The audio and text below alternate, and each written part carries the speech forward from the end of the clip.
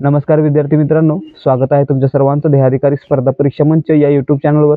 तर मित्रांनो, आजच्या व्हिडिओबद्दल जास्त माहिती सांगणार नाहीये। ही सिरीज कशाची आहे तुम्हाला माहित आहे। फक्त या सिरीजमध्ये आपण काय पाहतोय तर 2024 मध्ये होणाऱ्या एमपीएससी अंतर्गत घेतल्या जाणाऱ्या राज्यसेवा आणि गट ब आणि गट क पूर्व परीक्षांसाठी मागील वर्षांची प्रश्नपत्रिका संच पाहत आहोत, ज्यामध्ये आपण त्या प्रश्नपत्रिकांचा स्पष्टीकरणासह विश्लेषणासह अभ्यास करत आहोत।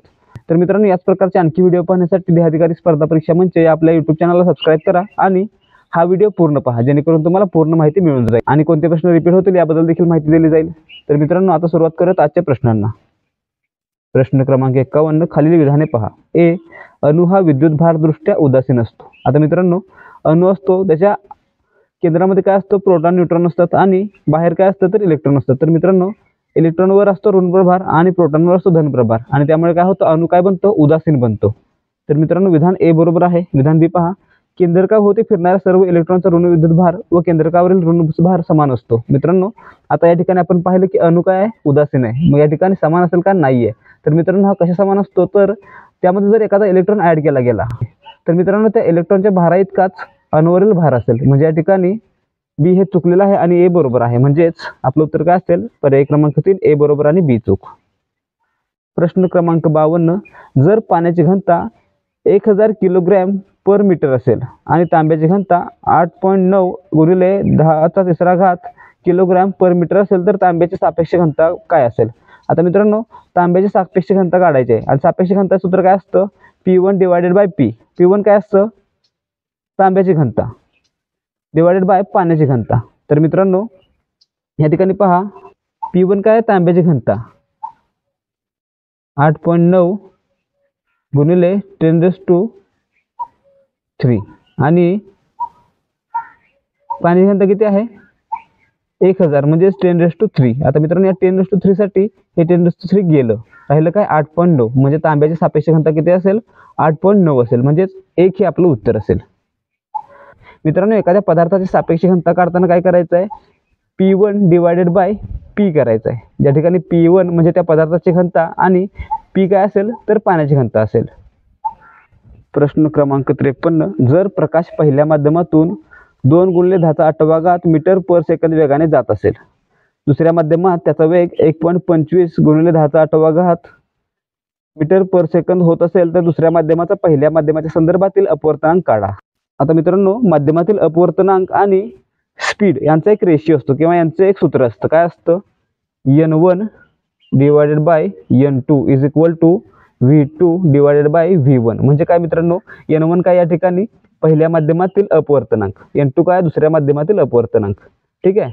v2 काय आहे, v2 म्हणजे दुसऱ्या माध्यमातील वेग आणि v1 म्हणजे पहिल्या माध्यमातील वेग। मग मित्रांनो, या ठिकाणी काय दिलेलं आहे, दुसऱ्या माध्यमाचा पहिल्या माध्यमाच्या संदर्भातील अपवर्तनांक या ठिकाणी दिलेला आहे, काय आहे, पहिल्या माध्यमाचा दुसऱ्या माध्यमाशी आहे। मग आपल्याला याचं उलट करायला लागेल, म्हणजे दुसऱ्या माध्यमाचा पहिल्या माध्यमाशी निघेल। म्हणजेच n2 divided by n1 is equal to, हे पण उलट होईल, v1 डिवायडेड बाय v2 होईल। मग आता मित्रांनो, याच्यामध्ये व्हॅल्यू ठेवायची आहेत। आपल्याला काय काढायचं आहे, n2 डिवायडेड बाय n1 ची व्हॅल्यू काढायची आहे। किती होईल ती, मग is equal to v2 divided by v1। v2 किती आहे मित्रांनो, 2 × 10⁸ आणि v1 किती आहे, 1.25 × 10⁸. मग मित्रांनो, 10⁸ ला 10⁸ गेलं आणि 1.25 2 ला भागल्यावर काय येतं, 1.6 येतं। म्हणजेच पर्याय क्रमांक 3 आपलं उत्तर असेल। प्रश्न क्रमांक 54, मित्रांनो, हा प्रश्न आहे तो आयोगाने रद्द केलेला आहे। प्रश्न क्रमांक 55, एका माणसाला 25 किलो वजनाची बॅग 5 मीटर उंचीवर नेण्यास 30 सेकंद लागतात, तर त्या माणसाने वापरलेली शक्ती किती। आता मित्रांनो, या ठिकाणी शक्ती म्हणजे पॉवरचं एक फॉर्म्युला आहे, सूत्र आहे W डिवायडेड बाय T म्हणजे वर्क अपॉन टाइम। मग मित्रांनो, काय सूत्र आहे, power is equal to W divided by time. मग मित्रांनो, वर्कसाठी एक फॉर्म्युला आणखी पुढे आहे। वर्क म्हणजे काय येणार आहे, mgh म्हणजेच मास, ग्रॅव्हिटी आणि हाईट। म्हणजेच वस्तूचं वजन, ग्रॅव्हिटी आणि हाईट आणि याला भागिले काय असेल, टाइम असेल। म्हणजे या ठिकाणी पहा किती व्हॅल्यू येते आणि याच्यामध्ये किंमत ठेवून पाहूया आपण। P is equal to mgh upon time. मग मित्रांनो, याच्यामध्ये व्हॅल्यू ठेवल्यावर काय होईल, 25, m किती आहे 25 गुणिले g किती आहे, g कॉन्स्टंट असतो 9. 8 गुणिले उंची किती 5 मीटर भागिले एकूण वेळ किती आहे 30 सेकंद. मग मित्रांनो आता हे सोडवल्यानंतर काय मिळेल 5 × 5 5 × 30. ठीक आहे. मग 25 गुणिले 9.8 भागिले 6 बरोबर किती येतं 48.83 येतं. म्हणजेच आपलं उत्तर काय असेल पर्याय क्रमांक 2 48.83 वॅट इतकी ऊर्जा किंवा इतकी शक्ती त्या व्यक्तीने वापरलेली आहे. प्रश्न क्रमांक 56 लेझर किरण पृथ्वीवरून चंद्राकडे सोडल्यानंतर चंद्राच्या पृष्ठभागापासून परावर्तित होऊन पृथ्वीवर परत येण्यास 2.56 सेकंद लागतात. तर चंद्राच्या पृथ्वीभोवतीच्या परिभ्रमण कक्षेची त्रिज्या किती. आता मित्रांनो ही पृथ्वी आहे समजा आणि चंद्र याच्या भोवती फिरतोय. आता या परिभ्रमण कक्षेची त्रिज्यामध्ये काय असेल पृथ्वी आणि चंद्रामधील अंतर असेल म्हणजे काय असेल त्रिज्या असेल. मग आपल्याला काय काढायचं आहे पृथ्वी आणि चंद्रामधील अंतर काढायचं आहे. मग आपल्याला डिस्टन्सचा फॉर्म्युला माहित असेल.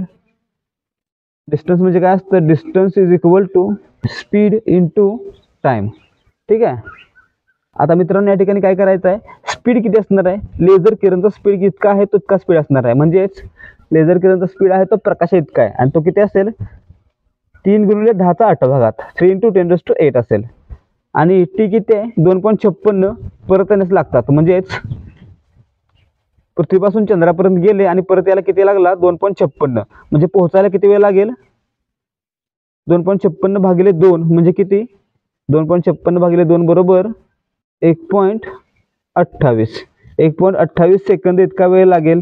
मग मित्रांनो आता याच्यामध्ये व्हॅल्यू ठेवायची आहे D is equal to speed किती आहे 3 × 10⁸ इंटू 1.28. याचं उत्तर काय येईल मित्रांनो याचं उत्तर येईल 3.84 इंटू 10⁸ म्हणजेच पर्याय क्रमांक 4 हे आपलं उत्तर असेल. काय आहे मित्रांनो पृथ्वीच्या चंद्रापासून अंतर किंवा चंद्राच्या परिभ्रमण कक्षेची त्रिज्या. प्रश्न क्रमांक 57 खालीलपैकी कोणत्या पेशी घटकाभोवती पटल आवरण नसते. आता मित्रांनो क्लोरोप्लास्ट रायबोझोम मायटोकॉन्ड्रिया आणि लायझोझोम हे काय आहेत तर पेशीतील भाग आहेत पेशीतील अवयव आहेत. तर मित्रांनो त्यापैकी क्लोरोप्लास्ट मायटोकॉन्ड्रिया आणि लायझोझोमला आवरण नसतं किंवा ते आवरणाच्या आत बंदिस्त असतात. परंतु रायबोझोमला आवरण नसतं म्हणून आपलं उत्तर असेल पर्याय क्रमांक 2. मित्रांनो रायबोझोम आणि आणखी एक घटक आहे केंद्रिका या दोन्हीला आवरण नसतं बाकी सर्वांना आवरण नसतं म्हणजे आपलं उत्तर पर्याय क्रमांक 2 असेल. प्रश्न क्रमांक 58 इकॉलॉजी हा शब्द खालीलपैकी कोणत्या शास्त्रज्ञाद्वारे शोधण्यात आला. मित्रांनो इकॉलॉजी शोध लावलेला होता अर्नेस्ट हेनरिच हॅकेल यानं म्हणजेच पर्याय क्रमांक 2 आपलं उत्तर असेल. तर मित्रांनो त्याने इकॉलॉजीची व्याख्या लिहिली होती ती व्याख्या काय होती सजीवांचा त्यांच्या पर्यावरणाशी आणि एकमेकांशी असलेल्या परस्पर संबंधाचा अभ्यास म्हणजेच इकॉलॉजी अशी त्याने व्याख्या केली होती. कोणी केली होती अर्नेस्ट हॅकेल याने. प्रश्न क्रमांक 59 युकॅरियोटिक पेशींसंदर्भात गुणसूत्र जनुकीय साहित्य DNA संबंधित खालील विधानांचा विचार करा. मित्रांनो युकॅरियोटिक म्हणजे काय ज्या पेशींची वाढ पूर्ण झालेली आहे अशा पेशी आणि प्रोकॅरियोटिक असेल तर काय असेल ज्या पेशींची वाढ पूर्ण झाली नाही अशा पेशी. तर मित्रांनो त्यांच्यामध्ये विधान पहा युकॅरियोटिक पेशीतील गुणसूत्रामध्ये जीन साहित्य DNA सोबत हिस्टोन लघुप्रथिने संलग्नित असतात. मित्रांनो बरोबर आहे युकॅरियोटिक पेशीतील गुणसूत्रामध्ये जीन साहित्य DNA सोबत हिस्टोन हे प्रोटीन संलग्नित असतात. बी पहा या प्रथिनांमध्ये आर्जिनिन आणि लायसिन या मूलभूत अमिनो आम्लाचा जास्त प्रमाणात सहभाग असतो. मित्रांनो बी देखील बरोबर आहे. हिस्टोन साहित्य या आम्लधर्मी अमिनो आम्लांनी समृद्ध असतात म्हणजे या ठिकाणी बी देखील बरोबर आहे. सी पहा या प्रथिनांमध्ये ट्रिप्टोफॅन या मूलभूत आम्लाचा अभाव असतो. मित्रांनो हिस्टोनमध्ये ट्रिप्टोफॅन नसतो म्हणून सी देखील बरोबर आहे म्हणजे या ठिकाणी आपलं उत्तर काय असेल वरील तिन्ही विधाने बरोबर आहेत. प्रश्न क्रमांक 60 खालीलपैकी कोणती प्रक्रिया श्वसन प्रक्रियेत अंतर्भूत नाही. मित्रांनो श्वसन प्रक्रियेची क्रिया काय असते ऑक्सिजनाच्या क्रियेमध्ये 3 गोष्टी असतात. सुरुवातीला ग्लायकोलिसिस होतं नंतर सायट्रिक ऍसिड सायकल होते आणि नंतर इलेक्ट्रॉन ट्रान्सपोर्ट चेन होते परंतु त्यामध्ये केल्विन सायकलचा समावेश नसतो म्हणून आपलं उत्तर काय असेल पर्याय क्रमांक 1 केल्विन सायकल. तर मित्रांनो या केल्विन सायकलचा शोध होता तो 1957 साली मेल्विन कॅल्विन याने लावला होता. आणि केल्विन सायकल आहे ते काय आहे तर प्रकाश संश्लेषण क्रियेचा एक भाग आहे. प्रश्न क्रमांक 61. पोलिओ हा विषाणूजन्य आजार आहे. WHO ने पोलिओ आजारासाठी सदस्य राष्ट्रांना खूप सुविधा दिल्या आहेत. ए पहा, हा विषाणूजन्य आजार DNA विषाणूमुळे होतो. मित्रांनो, पोलिओ आहे तो मित्रांनो, पोलिओचा जो विषाणू आहे तो RNA विषाणू आहे, DNA विषाणू नाही, म्हणून हे विधान चुकलेलं आहे. ए चुकलेलं आहे. बी पहा, पोलिओ मायलेटिसला सर्वसाधारणपणे पोलिओ म्हणतात. मित्रांनो, बरोबर आहे. पोलिओचं दुसरं नाव आहे पोलिओ मायलेटिस, म्हणजेच बी बरोबर आहे. सी पहा, पल्स पोलिओ लसीकरण कार्यक्रम भारतामध्ये 1995 मध्ये सुरू झाला. मित्रांनो, पल्स पोलिओ कार्यक्रम आहे तो भारतामध्ये 1995 मध्ये सुरू करण्यात आला होता, म्हणजे सी देखील बरोबर आहे. आणि डी पहा, आता पोलिओचे भारतातून निर्मूलन झाले आहे. मित्रांनो, भारताला 2014 मध्ये जागतिक आरोग्य संघटनेकडून पोलिओ मुक्त म्हणून प्रमाणपत्र देण्यात आलेलं आहे, म्हणजे या ठिकाणी डी देखील बरोबर आहे. परंतु मित्रांनो, या ठिकाणी पहा बी सी डी बरोबर आहेत आणि या ठिकाणी असा कोणताही पर्याय नाही आहे, म्हणून आयोगाने अंतिम उत्तर तालिकेमध्ये हा प्रश्न किंवा याचं उत्तर दिलं नव्हतं. याचं उत्तर काय असणार आहे? बी सी आणि डी बरोबर आहेत, तर ए हे चुकलेलं आहे. प्रश्न क्रमांक 62. मानवाच्या पोटामध्ये कोणते जठररस स्त्रवतात? मित्रांनो, मानवाच्या पोटामध्ये हायड्रोक्लोरिक ऍसिड पेप्सिन नावाचे जठररस स्त्रवतात, म्हणून आपलं उत्तर काय असेल? पर्याय क्रमांक 3. तर मित्रांनो, ट्रिप्सिन आणि अमायलोप्सिन हे दोन आहेत ते स्वादुपिंडाद्वारे स्त्रवले जातात, म्हणजे या ठिकाणी एक एलिमिनेट होतोय, डी एलिमिनेट होतोय. मित्रांनो, या ठिकाणी पहा, आपल्याला एखादी जरी गोष्ट माहित असली तरी पूर्ण उत्तर आपण लिहू शकतो, फक्त त्यावेळी एलिमिनेशन मेथड वापरायला लागेल. प्रश्न क्रमांक 63. सस्तन प्राण्याच्या हृदयामध्ये होणाऱ्या रक्ताभिसरणाचा क्रम सांगा. मित्रांनो,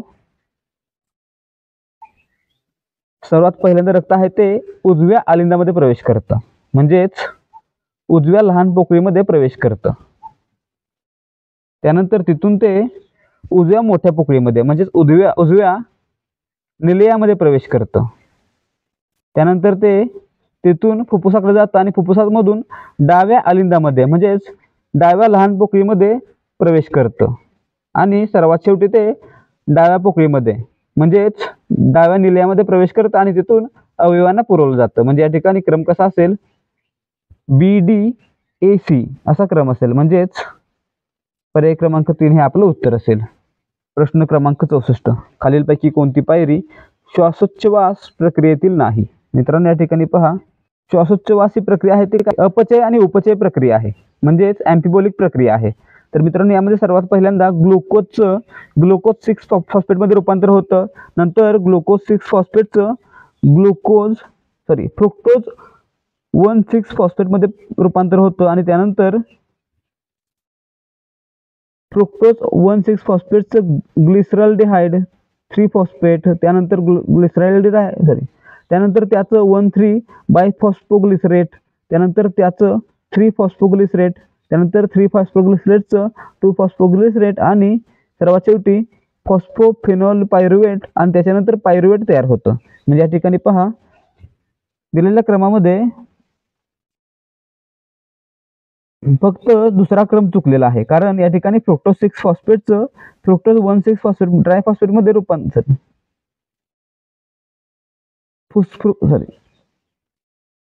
फ्रुक्टोज 1,6 फॉस्फेटमध्ये रूपांतर व्हायला पाहिजे होतं, परंतु या ठिकाणी झालेलं नाहीये, म्हणून बी चुकलेला आहे.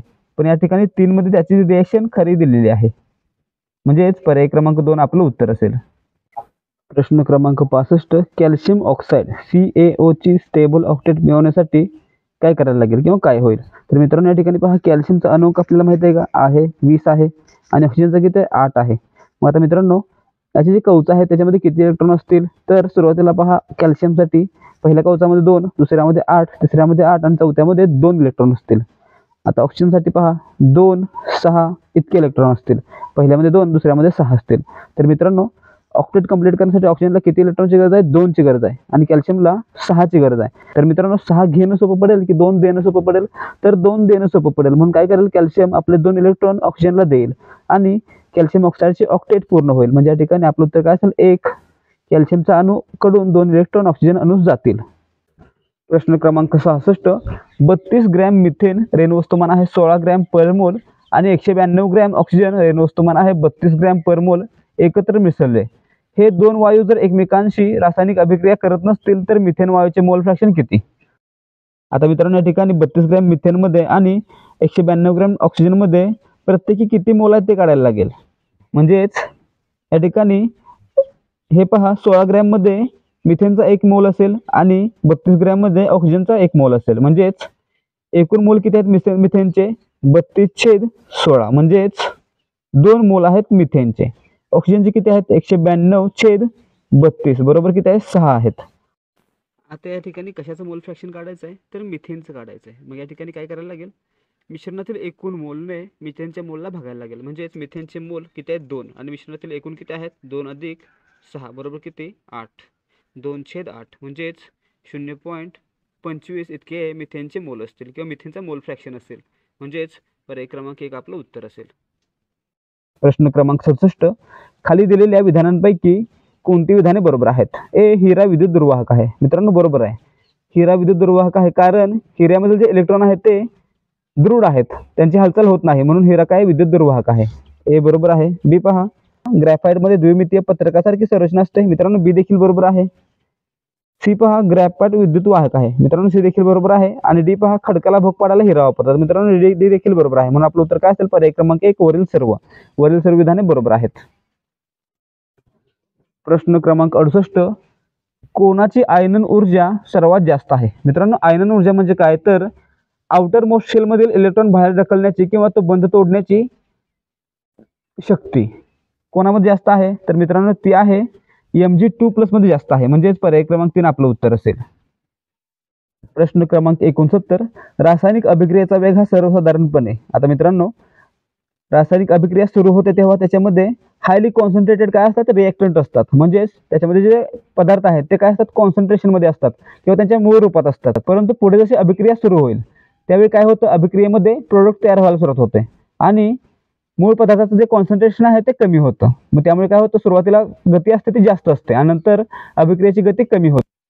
म्हणजे या ठिकाणी आपलं उत्तर काय असेल अभिक्रियेचा वेग हा सुरुवातीला जास्त असतो आणि वेळेसह कमी होत जातो. म्हणजेच पर्याय क्रमांक 3. प्रश्न क्रमांक 70 टिंब हा सौम्य क्षपनक आहे जो कार्बन कार्बोनिल गटाचे क्षपन इतर गट उदाहरणार्थ नायट्रो कार्बोक्सिल इस्टर दुहेरी बंध असताना करतो. मित्रांनो या ठिकाणी NaBH4 म्हणजेच सोडियम बोरोहायड्रेट हा पांढरा असणारा संयुग सौम्य क्षपनक आहे आणि कार्बोनिल गटाचे जेव्हा त्याच्यामध्ये नायट्रो कार्बोक्सिल आणि इस्टर दुहेरी बंध असतो तेव्हा क्षपन करतो. म्हणजे आपलं उत्तर असेल पर्याय क्रमांक 3. प्रश्न क्रमांक 71 सामाजिक आणि शैक्षणिकदृष्ट्या मागास वर्गाच्या संदर्भात असलेल्या 2021च्या 105व्या घटनादुरुस्ती कायद्याने भारतीय संविधानाच्या टिंब कलमांमध्ये बदल केले आहेत. आता मित्रांनो या ठिकाणी पहा 105वी घटनादुरुस्ती कधी झाली 2021 साली झाली आणि कशामध्ये होते तर सामाजिक आणि शैक्षणिकदृष्ट्या मागास वर्गाच्या संदर्भात असलेल्या आरक्षणासाठी. तर मित्रांनो त्याला SEBC आरक्षण असं म्हटलं गेलं होतं. तर मित्रांनो यासंबंधी कलम 338B कलम 342A आणि कलम 366 मध्ये सुधारणा करण्यात आली होती. म्हणजे या ठिकाणी 3 कलमामध्ये सुधारणा करण्यात आली होती. म्हणून आपलं उत्तर काय असेल पर्याय क्रमांक 4. प्रश्न क्रमांक 72 शोषणाविरुद्धचा हक्क च्या संदर्भात खालीलपैकी कोणते विधान बरोबर आहे. मित्रांनो भारतीय संविधानाच्या भाग 3 मध्ये मूलभूत हक्क आहेत आणि त्याच्यामध्ये कलम 23 ते 24 दरम्यान शोषणाविरुद्धचे हक्क आहेत. तर त्यापैकी कलम 23 आहे ते मानवी तस्करी आणि सक्तीचे श्रम यावर बंदी घालण्यासंबंधी आहे. म्हणजेच 1 मानवी तस्करी आणि वेठबकाराचे प्रतिबंध हे आपलं उत्तर असेल. तर मित्रांनो कलम 24 आहे ते कारखान्यांमध्ये मुलांना कामावर ठेवण्यास मनाई करतं. प्रश्न क्रमांक 73 खालीलपैकी कोण राष्ट्रपती पदाच्या निवडणुकीत थेट भाग घेत नाही. मित्रांनो राष्ट्रपतीची निवडणूक होते त्यामध्ये राज्य आणि लोकसभेचे सर्व निर्वाचित म्हणजे निवडून आलेले सदस्य आणि राज्यांच्या आणि केंद्रशासित प्रदेशांच्या विधानसभांचे निवडून आलेले सदस्य यामध्ये भाग घेतात. म्हणजे या ठिकाणी ए पहा लोकसभा आणि राज्यसभेचे निवडलेले सदस्य बरोबर आहे. बी पहा राज्यांच्या विधानसभेचे निर्वाचित सदस्य बरोबर आहे. सी पहा दिल्ली आणि पुदुच्चेरी या केंद्रशासित प्रदेशांच्या विधानसभांचे निर्वाचित सदस्य. मित्रांनो राज्य किंवा केंद्रशासित प्रदेश यामध्ये विधानसभा असेल तर त्यातील निर्वाचित म्हणजे निवडून आलेले सदस्य यामध्ये भाग घेऊ शकतात. म्हणजे सी देखील बरोबर आहे. डी पहा राज्य विधान परिषदांचे निवडलेले आणि नामनिर्देशित सदस्य. मित्रांनो या ठिकाणी पहा डी चा संबंध नाहीये म्हणजे या ठिकाणी डी चुकीचा आहे कारण या ठिकाणी विधान परिषदेच्या सदस्यांना मतदानाचा हक्क नाही. म्हणजे या ठिकाणी आपण काय म्हणतो कोण भाग घेत नाहीये राज्य विधान परिषदांचे निवडलेले आणि नामनिर्देशित सदस्य. म्हणजेच पर्याय क्रमांक 3 फक्त डी हे आपलं उत्तर असेल. प्रश्न क्रमांक 74 जिल्हा न्यायाधीशांच्या बाबतीत खालील विधाने विचारात घ्या. ए जिल्हा न्यायाधीशांची नियुक्ती उच्च न्यायालयाच्या मुख्य न्यायाधीशाकडून केली जाते. मित्रांनो, जिल्हा न्यायाधीशांची नियुक्ती आहे ती उच्च न्यायालयाच्या मुख्य न्यायाधीशाच्या सल्ल्याने राज्यपालांकडून केली जाते. म्हणजे विधान ए चुकलेलं आहे. बी पहा, जिल्हा न्यायाधीशांची बदली करण्याचा अधिकार मुख्यमंत्र्यांना आहे. मित्रांनो, जिल्हा न्यायाधीशांच्या बदल्या आहेत त्या कोण करतं, तर उच्च न्यायालय करतं, संबंधित राज्याचं उच्च न्यायालय करतं. म्हणजे या ठिकाणी विधान बी देखील चुकलेलं आहे. म्हणून आपलं उत्तर काय असेल, पर्याय क्रमांक 4 दोन्हीही विधाने बरोबर नाहीत. प्रश्न क्रमांक 75, सूची ए आणि सूची बी मधील योग्य जोड्या जुळवा. आता मित्रांनो, या ठिकाणी राज्यघटनेतील तरतुदी आणि त्यांचे स्रोत याच्या जोड्या आहेत. ए पहा, एकेरी नागरिकत्व. मित्रांनो, एकेरी नागरिकत्व आपण कुठून घेतलं, इंग्लंडच्या राज्यघटनेतून घेतलं. म्हणजे ए साठी 1 असेल. बी पहा, न्यायालयीन पुनर्विलोकन. मित्रांनो, हे आपण अमेरिकेच्या राज्यघटनेकडून घेतलं. म्हणजे बी साठी 2 असेल. सी पहा, राज्य धोरणाचे मार्गदर्शक तत्त्वे. मित्रांनो, हे आपण आयर्लंडकडून घेतलं. म्हणजे सी साठी 3. डी पहा, केंद्र राज्य संबंधातील समवर्ती सूची ही आपण ऑस्ट्रेलियाकडून घेतली. म्हणजे डी साठी 4. म्हणजे आपलं उत्तर काय असेल, 1 2 3 4. म्हणजे पर्याय क्रमांक 1 आपलं उत्तर असेल. तर मित्रांनो, या संबंधी प्रश्न दरवर्षी येतो. त्यामुळे जर तुम्ही राज्यसेवा आणि गट ब आणि गट क पूर्व परीक्षेसाठी तयारी करत आहात तर घटनेचे स्रोत नक्की पाहून ठेवा आणि ते पक्के करून ठेवा, कारण यामधून येणारे 2 किंवा 4 मार्क तुमचे फिक्स असतील. प्रश्न क्रमांक 76, राष्ट्रीय आणीबाणी घोषित करण्यासाठी घटनेत सशस्त्र बंड हा शब्द कधी जोडला गेला. मित्रांनो, राष्ट्रीय आणीबाणी कधी घोषित केली जाते आणि कोणत्या कलमानुसार केली जाते. तर मित्रांनो, राष्ट्रीय आणीबाणी ही भारतीय राज्यघटनेच्या कलम 352 अन्वये राष्ट्रपती घोषित करतात आणि ती युद्ध, परकीय आक्रमण किंवा सशस्त्र बंडाच्या कारणाने घोषित केली जाऊ शकते. तर मित्रांनो, या ठिकाणी सशस्त्र बंड आहे तो शब्द 1978च्या 44व्या घटनादुरुस्तीने भारतीय राज्यघटनेमध्ये समाविष्ट करण्यात आलेला आहे. म्हणजे आपलं उत्तर असेल पर्याय क्रमांक 1. तर मित्रांनो, राष्ट्रीय आणीबाणीचे 2 प्रकार आहेत. एक आहे बाह्य आणीबाणी आणि एक आहे अंतर्गत आणीबाणी. तर मित्रांनो, बाह्य आणीबाणी कधी असेल, तर ज्यावेळी युद्ध असेल किंवा परकीय आक्रमण होईल तेव्हा बाह्य आणीबाणी घोषित केली जाईल आणि जेव्हा सशस्त्र बंड होईल तेव्हा काय होईल, अंतर्गत आणीबाणी घोषित केली जाईल. प्रश्न क्रमांक 77, खालील विधाने विचारात घ्या. ए, राष्ट्रपती कोणतेही सर्वसाधारण विधेयक संसदेकडे पुनर्विचारासाठी पाठवू शकतात. मित्रांनो, बरोबर आहे. राष्ट्रपती कोणतेही सर्वसाधारण विधेयक संसदेकडे पुनर्विचारासाठी पाठवू शकतात, त्याची परवानगी राखून ठेवू शकतात किंवा त्याची परवानगी नाकारू शकतात. म्हणजे ए बरोबर आहे. बी पहा, राष्ट्रपती धन विधेयक संसदेकडे पुनर्विचारासाठी पाठवू शकतात. मित्रांनो, राष्ट्रपतींच्या पूर्व परवानगीने धन विधेयक आहे ते लोकसभेमध्ये मांडलं जातं, म्हणून या ठिकाणी राष्ट्रपती ते पुन्हा पुनर्विचारासाठी पाठवू शकत नाहीत. म्हणजे या ठिकाणी बी चुकलेला आहे. सी पहा, संसदेने सर्वसाधारण विधेयक पुन्हा मंजूर केल्यास राष्ट्रपतींना विधेयकाला मंजुरी द्यावी लागते. मित्रांनो, सी देखील बरोबर आहे. संसदेनं जर पुनर्विचारासाठी पाठवलेलं विधेयक मंजूर केलं आणि पुन्हा राष्ट्रपतींकडे पाठवलं तर राष्ट्रपतींना त्याला मंजुरी द्यावीच लागते. म्हणजे या ठिकाणी आपलं उत्तर काय असेल, ए आणि सी बरोबर आहे, तर बी चूक आहे. म्हणजे पर्याय क्रमांक 3. प्रश्न क्रमांक 78, भारताचा नियंत्रक आणि महालेखा परीक्षकासंदर्भात खालील विधाने विचारात घ्या. ए, त्यांची नियुक्ती भारताच्या राष्ट्रपतींकडून केली जाते. मित्रांनो, ए बरोबर आहे, त्यांची नियुक्ती भारताच्या राष्ट्रपतींकडून केली जाते. बी पहा, त्यांचे वेतन आणि इतर सेवा शर्ती संसदेकडून निश्चित केले जातात. मित्रांनो, बी देखील बरोबर आहे, त्यांचे वेतन आणि सेवा शर्ती संसदेकडून निश्चित केले जातात. ती त्यांना पंतप्रधानांकडून केव्हाही पदमुक्त केले जाऊ शकते. मित्रांनो, असं नाहीये, त्यांचे जे वेतन भत्ते आहेत किंवा त्यांना काढण्याची पद्धत आहे ती सर्वोच्च न्यायालयाच्या न्यायाधीशांप्रमाणे असते. त्यामुळे त्यांच्या विरुद्ध महाभियोग आणायला लागतो, म्हणजे केव्हाही पदमुक्त करता येणार नाहीये. डी पहा, ते संसदेच्या लोकलेखा समितीचे मार्गदर्शक मित्र आणि तत्वज्ञ म्हणून कार्य करतात. मित्रांनो, डी देखील बरोबर आहे. म्हणजे आपलं उत्तर काय असेल, ए बी डी हे आपलं उत्तर असेल. म्हणजे पर्याय क्रमांक 2 हे आपलं उत्तर आहे. मित्रांनो, भारतीय राज्यघटनेच्या कलम 148 अंतर्गत कॅगची म्हणजे भारताच्या नियंत्रक आणि महालेखा परीक्षकाची नियुक्ती केली जाते. तर मित्रांनो, भारताच्या नियंत्रक आणि महालेखा कार्यालयाची स्थापना आहे ती 1958 साली करण्यात आली होती. एवढ्या गोष्टी लक्षात ठेवा. प्रश्न क्रमांक 79, खालील विधाने विचारात घ्या. ए, विधान परिषद हे स्थायी सभागृह आहे. मित्रांनो, विधान परिषद हे स्थायी सभागृह आहे, ते कधीही बरखास्त होत नाही. फक्त विधानसभा आहे ती ठराव करून विधान परिषदेला बरखास्त करू शकते. म्हणजे ए बरोबर आहे. बी पहा, राज्यपाल विधान परिषदेचे पदसिद्ध अध्यक्ष असतात. मित्रांनो, विधान परिषदेमध्ये जे लोक निवडून येतात, जे सदस्य निवडून येतात, ते आपल्यामधून एकाची अध्यक्ष आणि एकाची उपाध्यक्ष म्हणून नियुक्ती करतात. म्हणजे या ठिकाणी राज्यपाल असतात का, नाहीये. म्हणजे बी चुकलेला आहे. परंतु मित्रांनो, राज्यसभा असते जी विधान परिषदेप्रमाणेच आहे. त्यामध्ये जो अध्यक्ष असतो तो भारताचा उपराष्ट्रपती असतो आणि तो पदसिद्ध असतो. सी पहा, काही नामनिर्देशित सदस्य सोडल्यास विधान परिषदेचे सदस्य अप्रत्यक्ष पद्धतीने निवडले जातात. मित्रांनो सी बरोबर आहे, म्हणजे ए आणि सी बरोबर आहे तर बी चुकलेला आहे, म्हणजे आपलं उत्तर काय असेल पर्याय क्रमांक 3.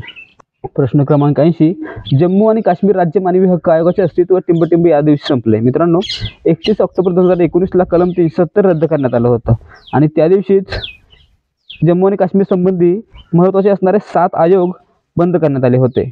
कोणते होते ते?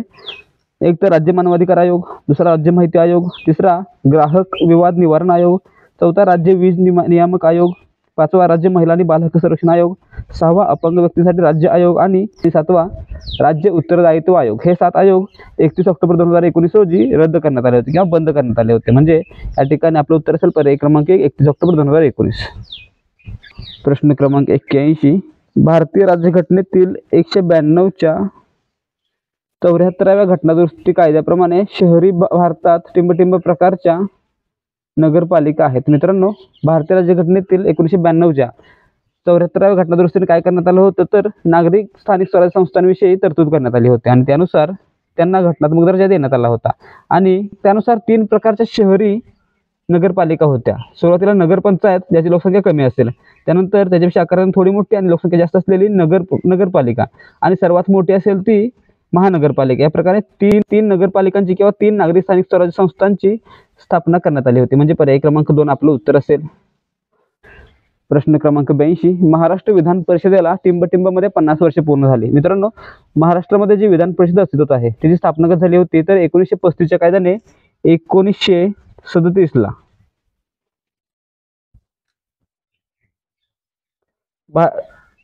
महाराष्ट्र विधान परिषदेची स्थापना करण्यात आली होती आणि त्यानंतर पुढे 50 वर्षे म्हणजे 1987ला ही 50 वर्षे पूर्ण झाली असणार आहेत. म्हणजे पर्याय क्रमांक 3 आपलं उत्तर असणार आहे. प्रश्न क्रमांक 83, शपथा किंवा प्रतिज्ञांचे नमुने भारतीय राज्यघटनेच्या टिंबटिंब अनुसूचीमध्ये समाविष्ट करण्यात आले आहेत. मित्रांनो सर्वांना माहिती आहे भारतीय राज्यघटनेमध्ये 3ऱ्या अनुसूचीमध्ये शपथांचे नमुने आहेत. म्हणजे पर्याय क्रमांक 3 आपलं उत्तर असेल. मित्रांनो 3ऱ्या अनुसूचीमध्ये भारताचे केंद्रीय मंत्री, निवडणुकीचे उमेदवार, संसद सदस्य, सर्वोच्च न्यायालयाचे न्यायाधीश, नियंत्रक आणि महालेखा परीक्षक, राज्यमंत्री, राज्य विधानसभा निवडणुकीचे उमेदवार, राज्य विधानमंडळ सदस्य, उच्च न्यायालयाचे न्यायाधीश आणि इतर वेगवेगळ्या पदांशी संबंधित शपथांचे नमुने अनुसूची 3 मध्ये देण्यात आलेले आहेत. तर मित्रांनो आपलं उत्तर असेल पर्याय क्रमांक 3. 10व्या अनुसूचीमध्ये काय आहेत मित्रांनो? 10व्या अनुसूचीमध्ये काय दिलेलं आहे? 10वी अनुसूची पक्षांतर बंदी कायद्यासंबंधी आहे. पहिल्या अनुसूचीमध्ये काय आहे? राज्य आणि राज्य क्षेत्र. आणि 6व्या अनुसूचीमध्ये काय आहे तर अनुसूचित क्षेत्रांविषयी तरतुदी आहेत. प्रश्न क्रमांक 84, भारताच्या मार्क्सवादी कम्युनिस्ट पक्ष CPIM ची स्थापना केव्हा झाली होती? मित्रांनो आता हा प्रश्न पुन्हा रिपीट झालेला होता. आता फक्त कसा आलेला आहे? CPIM ची स्थापना कधी झाली असा प्रश्न आलेला आहे. तर मित्रांनो 2023ला CPIM हा पर्याय असलेला जोडाजुळवा हा प्रश्न आलेला होता आणि त्यावेळी आपण ते पाहिलेलं होतं. भारतीय मार्क्सवादी कम्युनिस्ट पक्ष CPIM ची स्थापना झाली होती 1964ला. म्हणजे पर्याय क्रमांक 4 आपलं उत्तर असेल. प्रश्न क्रमांक 85, लोकसभेच्या अध्यक्षांच्या संदर्भात खालील विधाने विचारात घ्या. ए, राष्ट्रपतींची मर्जी असेपर्यंत ते आपल्या पदावर राहू शकतात. मित्रांनो आता या ठिकाणी लोकसभेच्या अध्यक्षांची निवड कशी होते तर निवडून आलेल्या सदस्यांमधून होते. निवडून आलेले सदस्य आपल्यामधून एकाचे अध्यक्ष म्हणून नियुक्ती करतात. तर मित्रांनो त्यांना पदावरून दूर करणं हे राष्ट्रपतींच्या हातात नाहीये, तर ते राजीनामा किंवा त्यांच्याविरुद्ध आलेला अविश्वास ठराव याद्वारे पदावरून दूर केले जाऊ शकतात. म्हणजे या ठिकाणी हे चुकलेलं आहे. बी पहा, त्यांच्या निवडीवेळी ते सभागृहाचे सदस्य असणे बंधनकारक नाही. आता मित्रांनो लोकसभा अध्यक्ष आणि लोकसभा उपाध्यक्षांची नियुक्ती करताना काय केलं जातं तर सदस्य आपल्यामधून एकाचे अध्यक्ष आणि एकाचे उपाध्यक्ष म्हणून निवड करतात. म्हणजे या ठिकाणी आपल्यापैकी एकाचे म्हटलेलं आहे म्हणजे तो सदस्य असणं गरजेचं आहे. या ठिकाणी बंधनकारक नाही असं दिलेलं आहे, म्हणजे हे विधान चुकलेलं आहे. सी पहा, ते संसदेच्या दोन्ही सभागृहांच्या संयुक्त अधिवेशनाचे अध्यक्षस्थान भूषवतात. मित्रांनो हे बरोबर आहे.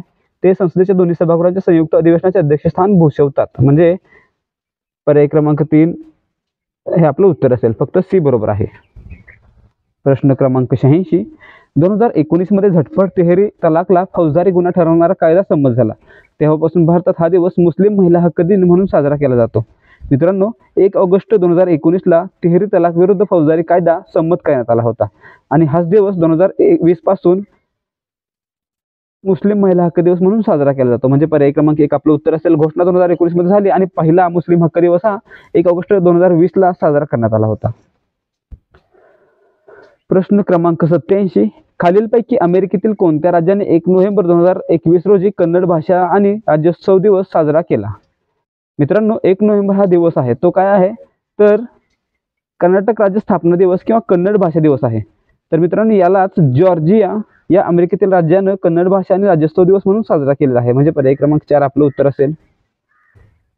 प्रश्न क्रमांक 88, चंदीगडची चमत्कारी आई मिरेकल मॉम फ्रॉम चंदीगड म्हणून कोणाला ओळखले जाते? मित्रांनो, याचं उत्तर आहे पर्याय क्रमांक 4 मनकोर.